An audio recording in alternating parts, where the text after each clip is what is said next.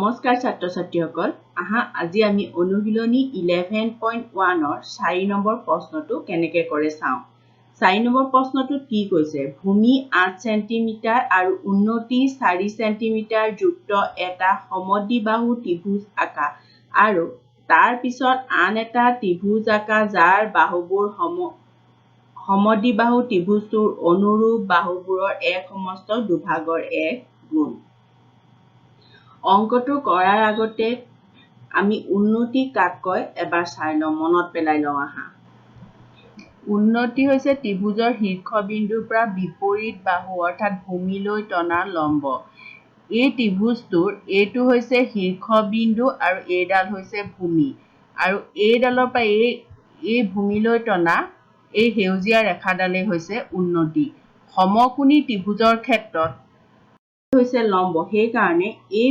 লম্বডালে ইয়াৰ উন্নতিও হ'ব আমি বেলেগকে উন্নতি আঁকিব নালাগে আৰু সমদ্বিবাহু ত্ৰিভুজৰ ক্ষেত্ৰত ত্ৰিভুজৰ উন্নতিয়ে বিপৰীত বাহুৰ মধ্যবিন্দুত কাটে এতিয়া আমি ত্ৰিভুজটো কেনেদৰে আঁকে চাওঁ আহা মই প্ৰথমতে 8 সেন্টিমিটাৰ জোখৰ এই BC বাহুডাল আঁকি ললো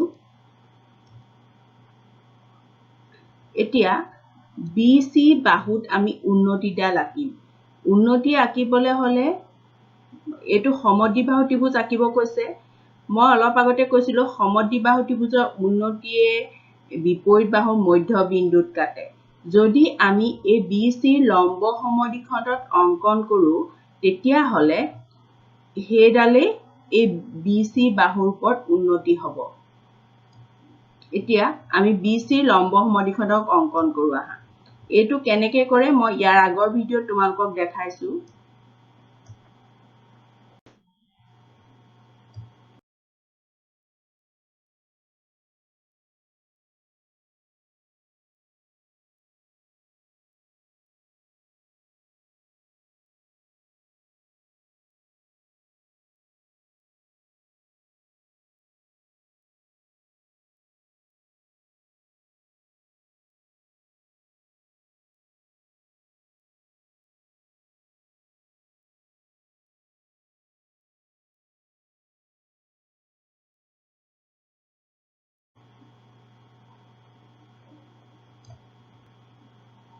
এইডালেই হৈছে BC লম্ব সমদ্বিখণ্ডক এতিয়া এইডাল আমি 4 সেন্টিমিটাৰ জোখত কাটি লম যেহেতু আমাৰ উন্নতিৰ দৈৰ্ঘ্য 4 সেন্টিমিটাৰ দিয়া আছে এতিয়া মই এই কম্পাস পাতৰ ব্যাসাৰ্ধ 4 সেন্টিমিটাৰ লম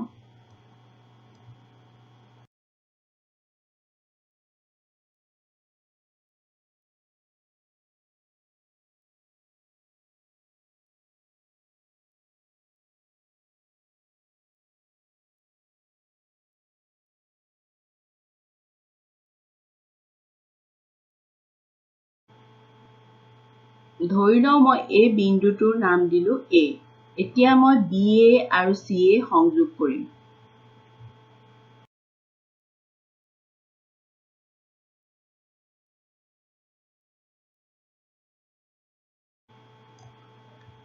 এই ABC হ'ব আমি আঁকিবলগীয়া সমদ্বিবাহু ত্ৰিভুজ এতিয়া আমি ABCৰ সদৃশকৈ অন্য এটা ত্ৰিভুজ আঁকিব লাগে যিটোৰ বাহুবোৰ ABC অনুৰূপ বাহুবোৰৰ এক সমস্ত দুভাগৰ এক গুণৰ সমান এক সমস্ত দুভাগৰ এক মানে হ'ব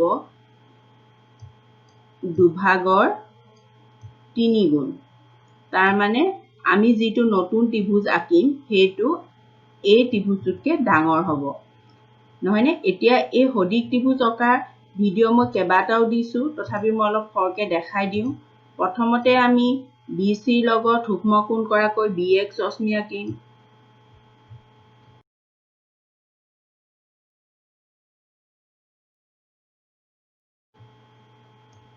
BXক আমি যেহেতু দুভাগৰ 3 গুণ সেইকাৰণে BXক আমি সমানে 3 ভাগ কৰিম BXত আমি 3টা বিন্দু ল'ম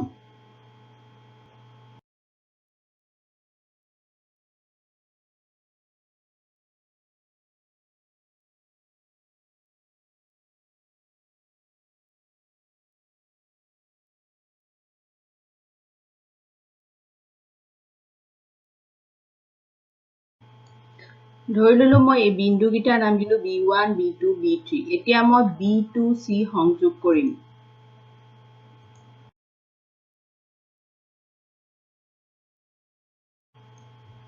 এতিয়া B2C সমান্তৰালকৈ BC বৰ্ধিত ৰেখাখণ্ডত B3 মাজেৰে এডাল ৰেখাখণ্ড আঁকিম। মই প্ৰথমতে BC ডাল বহাই লওঁ।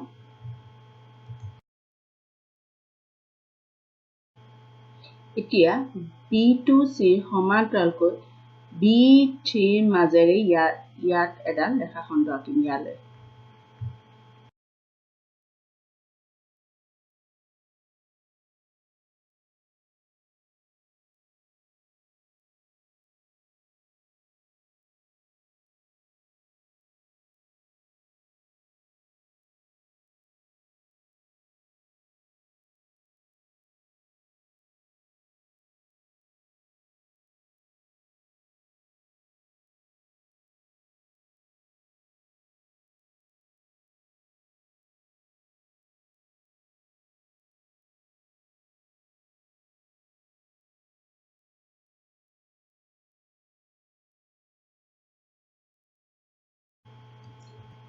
এই বিন্দুটোৰ নাম দিলো মই C'। এতিয়া C' মাজেদি BA বৰ্ধিত অংশত কটাকৈ AC সমান্তৰালকৈ এডাল ৰেখাখণ্ড আঁকিম। প্ৰথমতে মই BA ডাল বহাই লওঁ।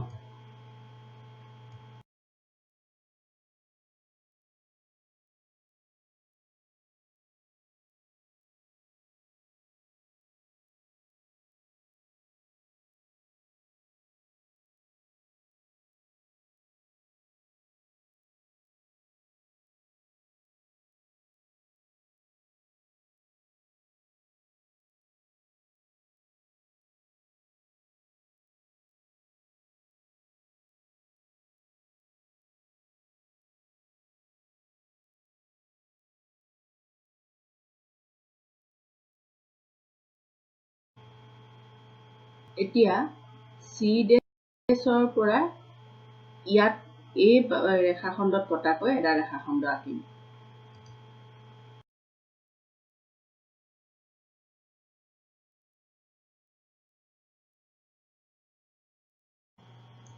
এই বিন্দুটোৰ নাম দিলো মই A'। A', B, C' হ'ব আমি আঁকিবলগীয়া ABCৰ সদিশ ত্ৰিভুজ। ছাত্ৰ-ছাত্ৰীসকল, এই অনুশীলনীটোৰ মই কৰি দিবলগীয়া এইটোৱে শেষৰ অংক। ইয়াৰ পিছৰ ভিডিঅ'টোত আমি বৃত্তৰ স্পৰ্শক কেনেদৰে আঁকে সেইটো শিকিম। আজিৰ বাবে ইমানেই। ধন্যবাদ।